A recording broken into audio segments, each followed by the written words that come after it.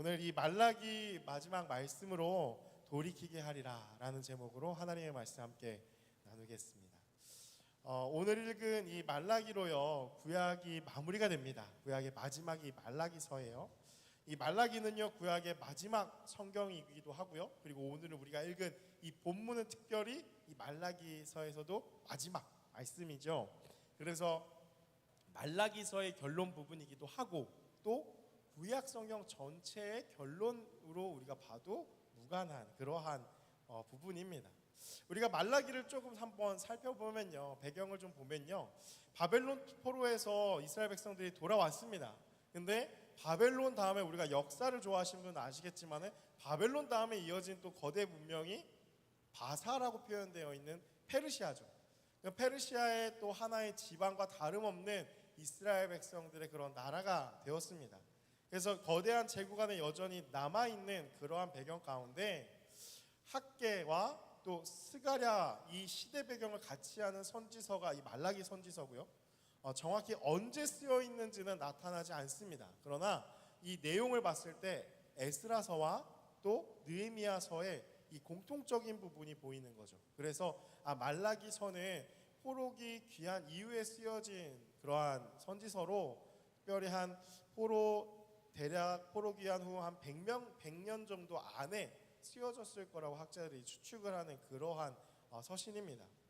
이스라엘 백성들에게 어떠한 일이 있었는가 우리가 좀 생각을 해본다면요, 앞에서 보았던 에스겔 또 예레미야에 나타난 이런 선지서들, 그 선지서에 나눠서 그 말씀 나누었듯이 끊임없이 이스라엘 백성들이 하나님 앞에 배신을 하죠. 약속을 했지만 그 약속을 자꾸 저버려요. 그래서 하나님은 끊임없이 그들에게 경고하시고 심판을 말씀하시면서 또한 돌이키게 하실 것까지 약속하시면서 그들에게 말씀하시지만 결국에는 바벨론 포로가 됩니다. 그러나 이 포로가 된 것은 잘 생각해 보면은 하나님이 그냥 단순히 그들을 벌 주시기 위해서, 너 약속 안 지켰으니까, 율법을 안 지켰으니까 너 벌 받아 에잇 하고서 주시는 것이 아니라 사실 70년간의 시간을 그들에게 명시하시고서 또한 70년간 그들을 자중하게 하시고 그리고서 회복시키시려는 하나님의 마음이 거기에 담겨 있다라는 것이죠. 그래서 포로가 된 것은 궁극적으로 이스라엘 백성들을 살리시기 위해서, 그 관계를 다시 한번 회복시키시기 위한 하나님의 사랑이었다라는 것입니다. 그래서 하나님께서는 70년의 시간을 명시하셨고 그들에게 영원히 바벨론의 포로가 될 것이 아니라 정해진 그 기간 이후에는 돌아올 것이라고 그 날을 소망하게 하셨죠. 그리고 나라가 빼앗겨 있는 그러한 상황 가운데서도, 비참한 상황 가운데서도 하나님만 의뢰하며 살 수 있도록 선지자들을 통해서 거듭 하나님의 마음을 전달하신 것, 그것이 하나님이 이스라엘 백성들을 이끄신 그러한 모습이었다라는 것입니다. 그런 고난의 시간을 겪은 이스라엘 백성들이라면요, 그렇다면 그렇게 기다렸던 해방을 맞이한 거잖아요. 포로에서 귀환을 왔을 때, 이제 영원한 포로가 아니라 해방이 되어 돌아왔을 때, 그럼 그렇게 그리웠던 그 삶의 터전, 예배, 제사, 하나님 앞에 드렸던 그러한 모습들, 또 그들이 열심히 지켰던 그런 토라적인 율법적인 그러한 삶들, 여러분 그것들이 하나님 앞에 온전한 관계를 또 다시 한번 맺기 위해서 최선을 다해서 살아가야 되는 거 아닙니까? 너무나 감격스럽잖아요. 70년 만에 나라를 찾아서 다시 한번 회복되었는데 그렇게 살아가야 하는데, 느헤미야나 우리가 에스라의 말씀에서도 함께 보았듯이 그들은 다시 예전처럼 돌아갔고, 오히려 오늘 말라기의 말씀을 보면요, 더욱더 비참하고 더욱더 전보다도 못한 모습으로 나타난다라는 거예요. 말라기 1장 13절의 말씀인데요, 하나님이 뭐라고 그들의 모습을 말씀하시냐, 우리 같이 함께 읽어볼게요. 시작. 만군의 여호와가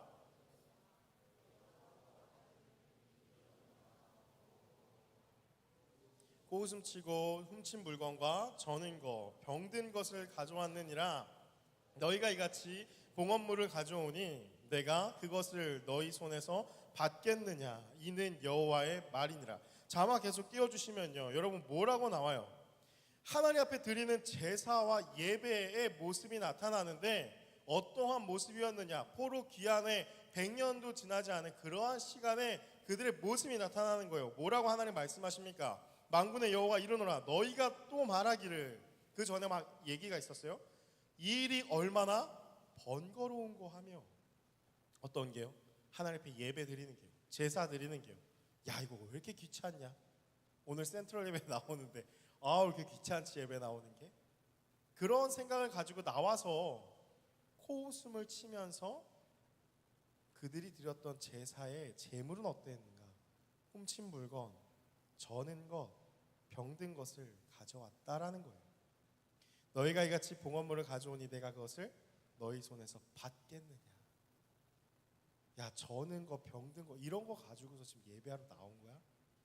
내가 그걸 받겠니? 라고 말씀하셨다라는 거죠. 여러분, 포로 전에는 이스라엘 백성들이 제사의 형식이라도 갖춰서 드렸어요.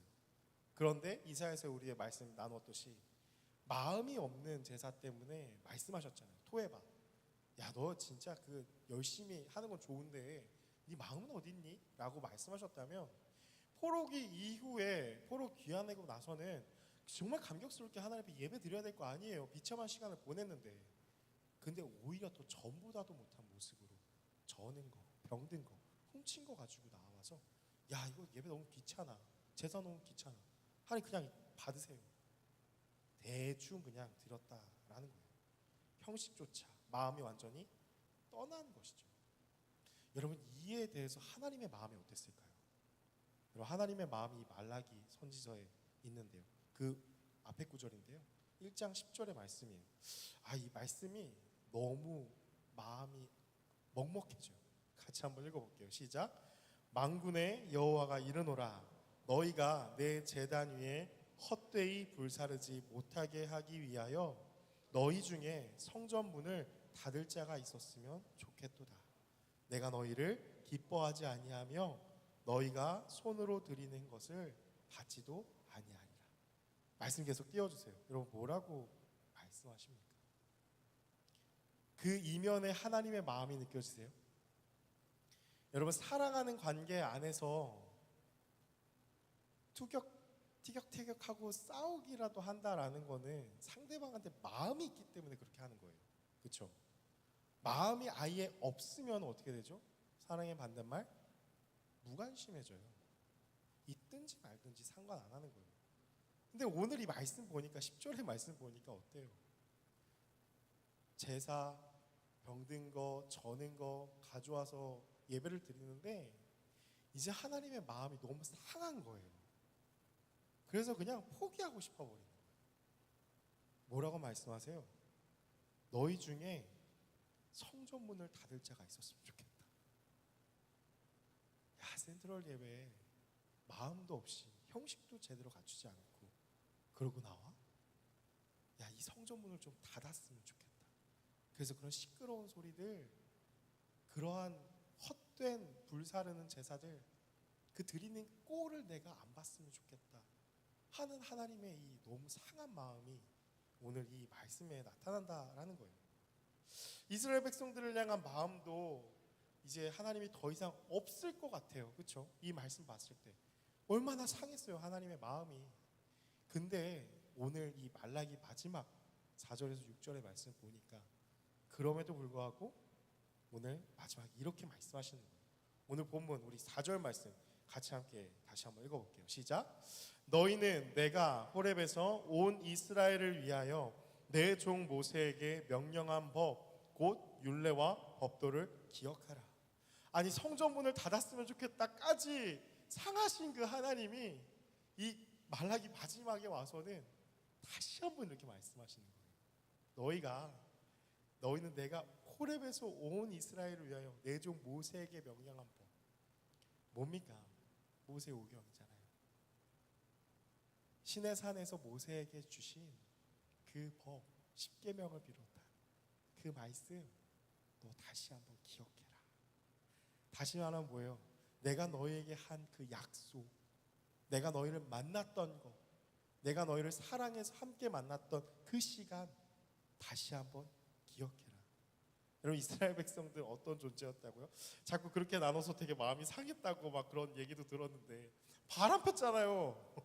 바람 핀 이스라엘 백성들 용서하시면서 하나님 말씀하시는 거죠. 여러분, 호렙에서 모세에게 명한 법을 기억하라고 말씀하세요. 근데 여기서 기억하다라는 그 단어가 자카르라는 그러한 히브리어 단어인데 많이 쓰이는 단어예요. 기억하다 너무 많잖아요. 신명기에서도 되게 중요한 단어고, 주의하다라는 뜻도 있고요. 또 무엇보다 마음에 새기다 할 때도 쓰여져요. 마음에 새기다. 그러니까 여러분, 기억하다라는 것은 어떠한 의미가 있냐면 단순히 그냥 인지적으로 기억하라는 그러한 의미가 아니라, 단순히 그냥 잊었던 것을 기억하는 그러한 개념이 아니라, 완전히 이것이 마음에 새긴 건 뭐예요? 절대 지워지지 않는 거잖아요. 이것이 마음의 딱 중심이 되어서 완전히 이것이 삶의 중심이 되는 것, 그것이 바로 기억하다라는 거죠. 계속 염두에 두고 이것을 위해서 살아가라라는 거예요. 그래서 이것이 또 미완료형으로 쓰여졌어요. 한번 끝나는 게 아니라 거듭 계속해서 그렇게 살아가라, 행하라라는 것이죠. 그래서 기억하라라는 것은 그냥 단순히 좀 잊어버렸네, 다시 한번 기억났네, 그럼 그렇게 살아볼까, 이 정도의 의미가 아니라, 너 내가 명령한 그 명령, 율례, 법도를 기억하라. 다시 말하면 너의 삶의 중심에 다시 한번 놓고 그 삶의 중심에서 벗어나지 않도록 그것을 완전히 붙잡고 살아가라 라는 그런 적극적인 메시지라는 것입니다. 여러분, 모세에게 명한 법이 무엇이었어요? 우리가 잘 아는 율법 중에 율법, 십계명이잖아요. 여러분, 십계명이 신약에 와서 예수님은 어떻게 딱 요약을 하시죠? 우리가 잘 아는 거, 하나님 사랑, 이웃 사랑이죠. 마태복음 22장 37절에서 40절의 말씀이 그 내용이에요. 우리 자막을 통해서 같이 함께 읽어보겠습니다. 시작. 예수께서 이르시되 내 마음을 다하고 목숨을 다하고 뜻을 다하여 주 너의 하나님을 사랑하라 하셨으니 이것이 크고 첫째 되는 계명이에요. 이게 첫 번째 계명이에요. 두 번째 39절, 둘째도 그와 같으니 내 이웃을 내 자신과 같이 사랑하라 하셨으니 40절, 이 두 계명이 온 율법과 선지자의 강령이니라. 여러분, 하나님 사랑, 이웃 사랑 이렇게 말씀하셨다라는 거예요. 근데 여러분, 하나님 사랑, 이웃 사랑이 분리되는 게 아니에요. 여러분, 잘 보시면 39절의 말씀 보시면은, 39절을 보면은 둘째도 그와 같으니라고 말씀하시죠. 둘째도 그와 같으니 내 이웃을 내 자신과 같이 사랑하라 하셨으니라고 말씀하신다라는 거예요. 그래서 이 계명은 곧 뗄 수 없는 하나라는 거예요. 무슨 말이냐? 또한 이웃은 이제 가까이 있는 사람을 의미하는데요. 하나님을 사랑하느냐? 하나님을 사랑하는 자는 가까이 있는 사람들을 사랑하는 사람이고, 또 진정으로 가까이 있는 사람을 사랑하는 사람은 하나님을 사랑하지 않을 수 없다라는 말씀이 이 율법이라는 거예요. 그러면은 하나님이 율법을 지키라라고, 말씀을 지켜라라는 게 어떠한 의미예요? 보니까 사랑이에요. 사랑하라. 요약하면 그 한 단어잖아요. 하나님의 말씀을 지킨다, 우리가 하나님의 율법을 지킨다 라는 것을 다시 말하면 사랑하는 거예요. 사랑하라는 것이죠. 너 사랑해라. 가까이 있는 사람들, 그리고 하나님을 사랑하라. 그것이 우리가 율법이고 기억하고 지켜야 할 것이다 라고 말씀하세요. 또한 다음 구절을 보니까 말라기 4장 5절에 이렇게 말씀하십니다. 우리 다시 한번 읽어볼게요. 자막을 통해서 시작. 보라, 여호와의 크고 두려운 날이 이르기 전에 내가 선지자 엘리야를 너희에게 보내리니. 여호와의 크고 두려운 날, 곧 심판의 날이 이르기 전에 뭐라고 말씀하시죠? 엘리야를 너희에게 보내겠다라고 말씀하세요. 여러분, 메시아를 기다리는 이 구약의 상황 속에 이 엘리야는 신약의 말씀에 이 세례 요한으로 성취가 됩니다. 그래서 누가복음 1장 17절의 말씀을 보면은 세례 요한에 대해서 이렇게 얘기해요. 엘리야의 심령과 능력으로 백성을 예비하리라 라는 말씀으로 성취가 되어져요. 그래서 그 세례 요한이 주님의 오실 길을 예비하면서 회개 세례를 베풀고 선포하고, 그 뒤에 예수님이 짜잔 하고 나타나시죠. 이 두 구절에 언급된 4절과 5절에 언급된 인물들이 누구예요? 모세의 법, 엘리야. 모세와 엘리야. 앞에 모세 오경의 가장 대표는 당연히 모세겠죠. 뒤에 선지자들을 통해서, 선지서들을 통틀어서 대표되는 사람은 엘리야예요. 다시 말하면 모세와 엘리야는 이스라엘의 민족, 구약의 대표자들, 따라서 구약 성경 전체를 대표하는 인물들로 이스라엘 백성 전체를 향하여서 하나님의 마음이 어떠한지를 나타낸 것이 이 말라기서 4장 4절 5절의 말씀이라는 거죠. 그래서 아까 말씀드렸다시피 구약 전체의 마무리의 내용이라고, 결론 부분이라고 말씀할 수 있는 거예요. 세례 요한이 그리고 예수님께서 이 땅 가운데 오셔서 행하신 일들이 무엇이냐? 구약 성경 전체를 통틀어서 백성을 향한 하나님의 마음을 나타내시는데, 이것이 이때 당시에 구약에 나타난 백성들, 신약에 나타난 백성들에게만 유효한 것이냐? 그렇지 않죠. 우리는 예수님의 초림과 재림 그 사이를 살아가고 있는, 다시 말하면 예수님의 재림을 기다리고 있는 그러한 우리에게도 동일한 것이죠. 그래서 세례 요한 또한 예수님께서 이 땅에 오셔서 행하신 그 일들을 우리가 알 때에 우리도 이 땅 가운데 어떻게 살아가야 될지가 나타나는데, 그게 6절의 말씀이에요. 뭐라고 말씀하시냐? 이 6절이 곧 하나님의 마음인데요. 우리 같이 함께 읽어보도록 할게요. 4장 6절 시작. 그가 아버지의 마음을 자녀에게로 돌이키게 하고 자녀들의 마음을 그들의 아버지에게로 돌이키게 하리라. 돌이키지 아니하면 두렵건대 내가 와서 저주로 그 땅을 칠까 하노라 하시니라. 그럼 뭐라고 말씀합니까? 아버지의 마음을 자녀에게로 돌이키고 자녀의 마음을 아버지에게로 돌이키는 것, 여러분 이것을 하나의 단어로 이야기할 수 있습니다. 무엇이죠? 관계입니다. 구약성경 마지막 결론 부분에 하나님의 마음은 무엇인가? 세례 요한이 행했던 일과 예수님이 행하셨던 일이 무엇인가? 관계라는 거예요. 사랑의 관계. 그 율법의 내용은 무엇이냐? 하나님 사랑, 이웃 사랑. 우리 4절에서 보았듯이 관계에 대한 이야기라는 거예요. 여러분, 그래서 주의할, 우리가 생각해야 될, 잘 기억해야 될 게 있는데요. 우리가 흔히 그냥 성경을 대충 보고서, 단순히 보고서 우리는 이렇게 얘기를 해요. 구약은 율법에 관한 말씀이다. 그리고 신약은 복음에 관한 말씀이다. 그래서 신약은 사랑이고 구약은 조금 무정하다라고 이렇게 얘기를 하잖아요. 여러분, 그렇지 않아요. 왜요? 하나님은 어제나 오늘이나 영원토록 동일하신 분이에요. 우리가 지금 믿는 하나님은 이 구약 시대에도 동일하신 그분을 우리가 믿고 있잖아요. 그러면 하나님이 구약 시대 때 다르고 신약 때 다르고 오늘날 다르냐? 그렇지 않습니다. 여러분, 이 구약의 메시지, 오늘 이 마지막 4장 6절에 나타난 이 메시지가 그것을 나타내는 거예요.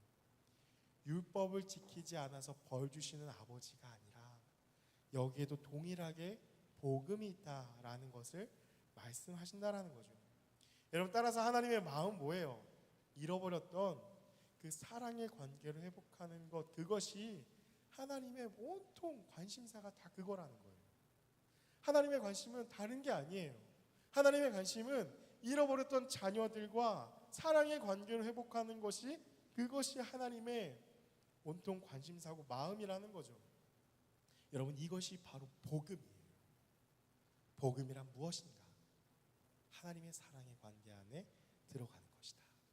그것이 복음이에요. 여러분, 지금도 동일하신 하나님의 마음이라는 거예요.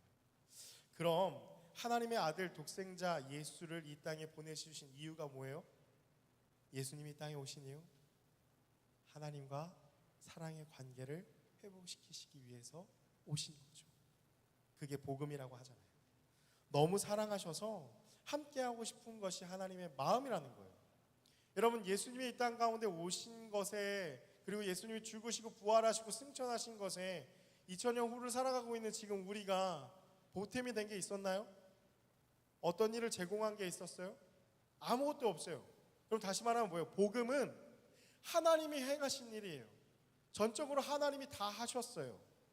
그래서 하나님이 우리와의 관계를 회복시키시기 위해서 그분이 이 땅 가운데 오셔서 그분이 모든 걸 다 행하셨어요. 따라서 우리에게 요구하시는 것은 무엇이냐? 그 복음을 믿기만 하라고 말씀하시는 거예요. 그 말씀이 요한복음 3장 16절, 하나님이 이처럼 세상을 사랑하사 독생자를 주셨으니 이는 그를 믿는 자마다 영생을 얻게 하려 하심이라 라는 그 말씀이라는 것이죠. 여러분, 그 사랑의 관계 안으로 초대하시는 거예요. 그렇다면 우리가 할 일은 무엇이냐면 우리가 해야 될 일은 그 사랑을 알고 그 사랑의 관계 안에 거하는 거. 우리 아까 찬양했잖아요. 나의 평생에 한 가지 소원. 그 원띵이 무엇이냐? 주의 아름다우신 보며 주의 사랑을 노래하는 거. 하나님의 그 사랑의 관계 안에 들어가는 거, 하나님 원하시는 거 그거 하나밖에 없어요. 그게 복음이라는 거예요. 여러분, 그 안에 들어가는 거, 그 안으로 다시 한번 우리의 마음을 돌이키는 거, 여러분 그것을 뭐라고 얘기하냐? 회개라고 얘기합니다. 여러분, 그래서 아버지께로 돌이키는 거, 관계를 회복하는 게 회개예요. 그래서 우리가 잘 기억해야 될 게 있는데요. 여러분 이제 잘 들으셔야 돼요. 복음을 잘 모르는 자들이 복음을 잘 모르면서 우리가 회개라는 얘기를 들었을 때 나타나는 반응들이 있어요. 대표적으로 두 가지가 있는데요. 먼저 첫 번째는 무엇이냐? 율법의 요구를 내가 충분히 이행하지 못했기 때문에 회개가 무엇이냐라고 했을 때, 하나님이 막 이것저것 다 지키라고 했잖아요. 근데 나는 그렇게 살 수 있어요, 없어요? 못 산 거예요. 그러니까 우리는 회개하자라면 이렇게 반응해요. 아, 이걸 내가 충분하게 지키지 못했으니까 하나님 앞에 익스큐즈 하는 게 회개라고 생각하는 거예요. 하나님 쏘리, 내가 좀 지키지 못했네요. 이번 주 내가 삶을 좀 들어보니까 내가 말씀대로 못 산 것 같습니다. 미안해요. 복음을 알지 못하는 회개에 대한 반응이에요. 하나님의 법대로 살아가야 되는데 그렇게 살지 못한 나의 의지 박약을 고백하는 것이죠. 하나님, 내가 좀 의지가 부족했습니다. 이번 주에 이렇게 말씀을 좀 묵상하면서 주님 원하시는 대로 살아가야 되는데 의지력이 좀 약해서 이거밖에 못했네요. 유감입니다. 미안합니다. 이게 익스큐즈잖아요. 유감이라고, 미안하다고, 이러한 사유가 있었다고. 여러분, 그렇게 이야기하는 거죠. 여러분, 이러한 회개의 본질을 잘 보셔야 되는데요. 이런 신앙 자체가요, 모두 나의 열심과 노력 그리고 나의 느낌에 달려있다고 생각하는 나의 의예요. 여러분의 회개를 한번 잘 돌아보세요. 여러분, 회개하자고 했을 때 첫 번째 반응이 이런 반응이라면 여러분은 여러분의 신앙의 그 믿음이 자기의 열심으로 지금 믿고 있는 거예요. 자기 의지로 열심히 믿고 있는 거예요. 이번 주에 좀 이렇게 살아가야 되는데 내가 그렇게 못 살았네요. 쏘리. 내가 나이스하죠. 하나님 유감입니다. 나 이번 주 또 열심히 살아볼게요. 하는 그러한 기도인지. 두 번째는 어떠한 반응인가? 또 하나는요, 회개할 것이 없다고 생각을 하거나 회개하자고 했을 때 혹은 눈물만을 흘리는 어떠한 그런 나타나는 현상, 그렇게 열심히 교회를 봉사하고 열심히 무언가를 행하는 그런 현상 자체를 회개라고 생각한다라는 거예요. 여러분, 근데 잘 생각해야 할 게 있어요. 우리는요, 삶에서 좌절할 때에도 눈물 흘려요. 여러분, 그로 인해서 자기 연민을 느낄 때 우리는 눈물 흘립니다. 여러분, 아니면은 죄에 대한 하나님의 노하심이 갑자기 두렵게 느껴질 때 있어요. 야, 이거 받다 나 벌 받으면 어떡하지? 그럼 갑자기 공포감이 밀려오면서 눈물이 날 수 있어요. 봤어요, 저 실제로. 어떤 수련회 갔다가 어떤 중고등부 수련회였는데 막 복음을 전했는데 근데 듣기에 너무 아팠던 거죠. 그러니까 나 지옥 가면 어떡해요 하면서 밤새 울더라고요. 그래서 제가 너무 얘기해주고 싶었는데 얘기를 못 해줬어요. 하나님의 사랑 그거 아니야. 무서워서 울 수도 있다라는 거예요. 여러분, 또 어떤 게 있을까요? 모습에 속상한 일이 있을 때 우리가 얼마든지 눈물을 흘릴 수 있어요. 그리고 우리가 잘 기억해야 될 게 뭐예요? 회개에 대한 어떤 반응이요, 눈물을 흘렸다는 어떤 현상 자체에 속으면 안 된다는 거예요. 왜냐? 이 또한 그 원인이 자기에게 달려 있다고 생각하는 것이죠. 그럼 도대체 복음이 뭡니까? 사랑하는 여러분, 우리가 복음을 잘 모르고 오해하기 때문에 일어나는 일들이 바로 이러한 것입니다. 무엇이냐? 내 의를, 나의 의지를 내가 열심히 행하는 것을 믿음이라고 착각하는 경우가 많다는 거예요. 내 성실함이 믿음이라고 착각하는 경우가 너무 많아요. 우리 안에 그렇게 부정할 수 있는 사람 많이 없습니다. 왜냐하면 우리는 그렇게 생각하거든요. 이게 우리의 죄악된 죄성의 디폴트 값이에요. 내가 뭔가를 해야 돼요. 그래서 하나님께 영광 돌린다고 생각을 하는 게 늘 내재되어 있어요. 그래서 교회에 나왔는데도, 수십 년 나왔는데도, 어렸을 때 모태신앙에도 불구하고 우리는 이 율법적인 가치관에 사로잡혀서 복음을 몰라요. 복음을 모른 채로 계속해서 이렇게 살아가고 있다는 거죠. 여러분, 근데 복음은 뭐라고 얘기했냐? 복음은요, 너 하기에 달려있다고 말하지 않는다라는 거예요. 그래서 우리가 착각하는 게 그거예요.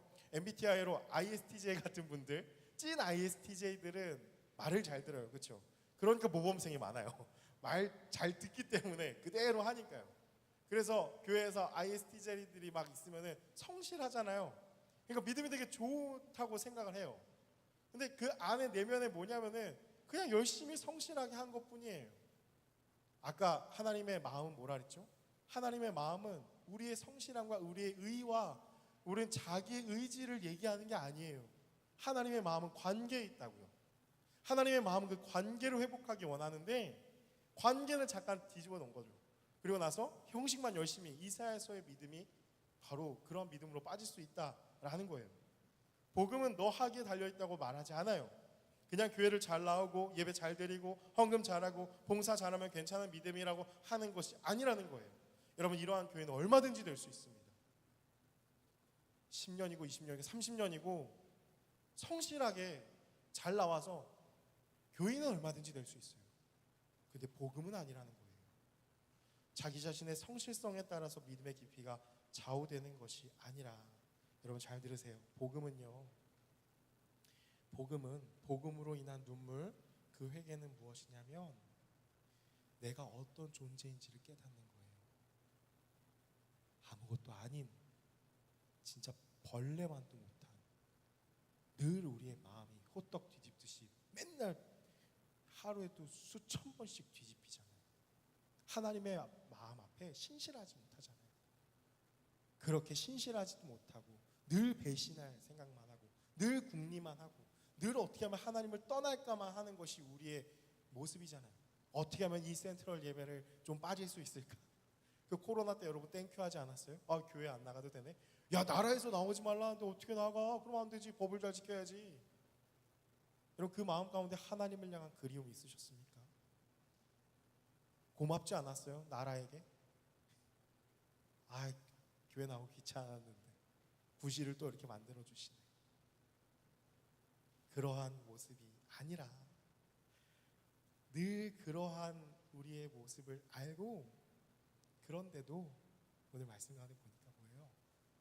하나님이 그럼에도 불구하고 이스라엘 백성들에게 다시 한번 말씀하시는 거예요. 내가 너를 만났던, 내가 너를 처음 만났던 그 호렙산 기억하니? 그곳에서 너와 세운 그 언약의 말씀 다시 한번 기억해라. 다시 말하면 무엇이죠? 내가 여전히 너를 사랑한단다. 너는 계속 그렇게 떠나가고 멀어졌는데도 나는 너를 계속 사랑한단다.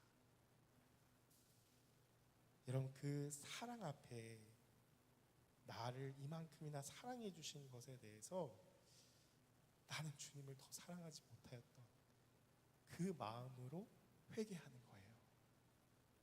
회개하자라고 했을 때 나 뭐 거짓말도 안 하고 잘못한 거 없는 것 같은데, 이게 아니라 하나님은 늘 우리에 대해서 마음이 그렇게 신실하세요. 늘 사랑하고 늘 기다리고. 그런데 우리는 그 하나님 앞에 신실하지 못했던 그 마음을 하나님 앞에 죄송하다고 그렇게 말하는 것이죠. 나의 삶이 주님이 보시기에 주님의 마음을 상하게 해드리는 것에 대해서 하나님께, 그렇다면 내가 열심히 살아서 내가 짠 하고 나타나는 게 아니라 그 모습 그대로 나아가는 거예요. 그래서 여호와께서 구하시는 제사는 상한 심령이라 말씀하시잖아요. 하나님은요, 그 상한 마음을 알았어요. 그럼 또 우리의 디폴트 값으로 돌아가요. 그럼 내가 열심히 해가지고 하나님이 기뻐하시는 걸 뭘 해야지? 아니야, 하지 말라는 거예요. 하지마. 또 무너지게 뻔해. 하지마. 그냥 그 상한 마음을 그대로 가지고 나와.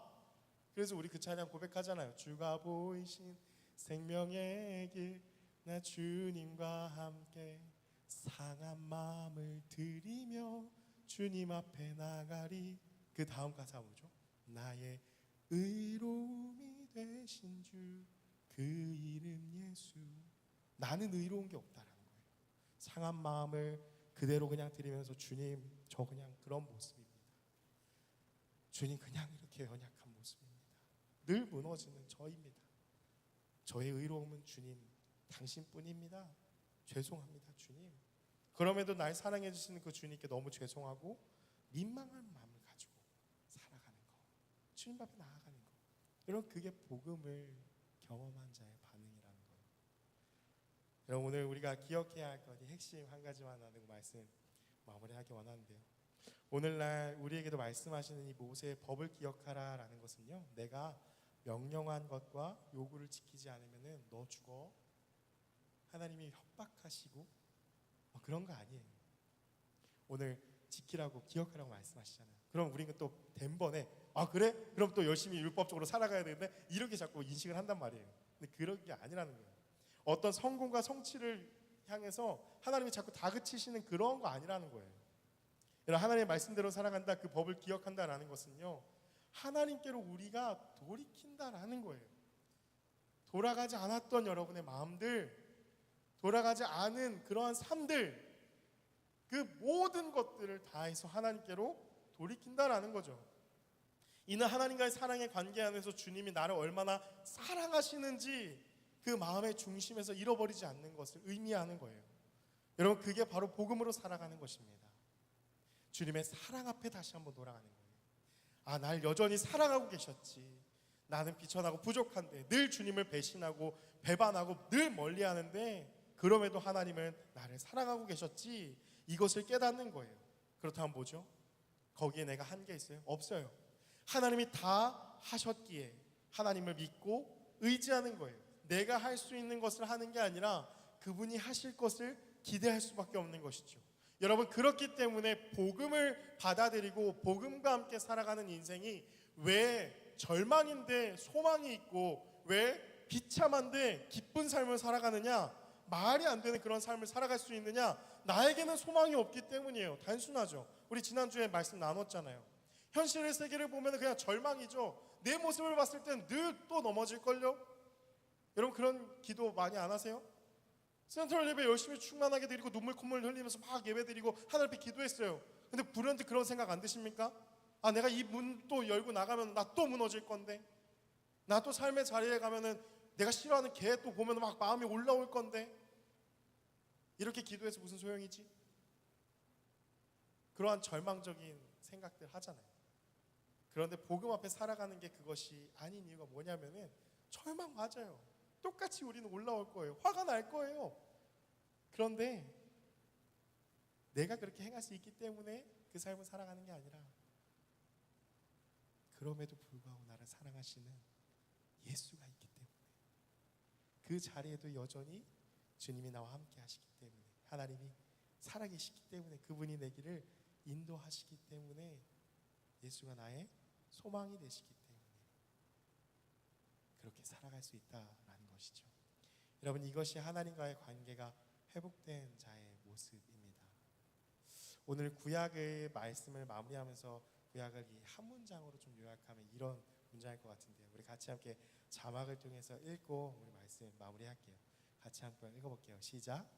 변함이 없이 사랑해 주시는 신실하신 하나님과 그 사랑과 은혜를 늘 저버리는 배은망덕한 백성의 이야기.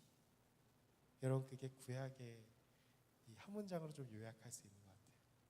하나님은 늘 신실하게 사랑하여 주시지만 늘 그 사랑과 은혜를 저버리는, 신실하게 저버리는 이런 백성들의 이야기라는 것이죠. 여러분 말씀 마무리합니다. 사랑하는 여러분, 오늘날 우리는 어떻습니까? 우리의 삶을 한번 돌아봤으면 좋겠어요.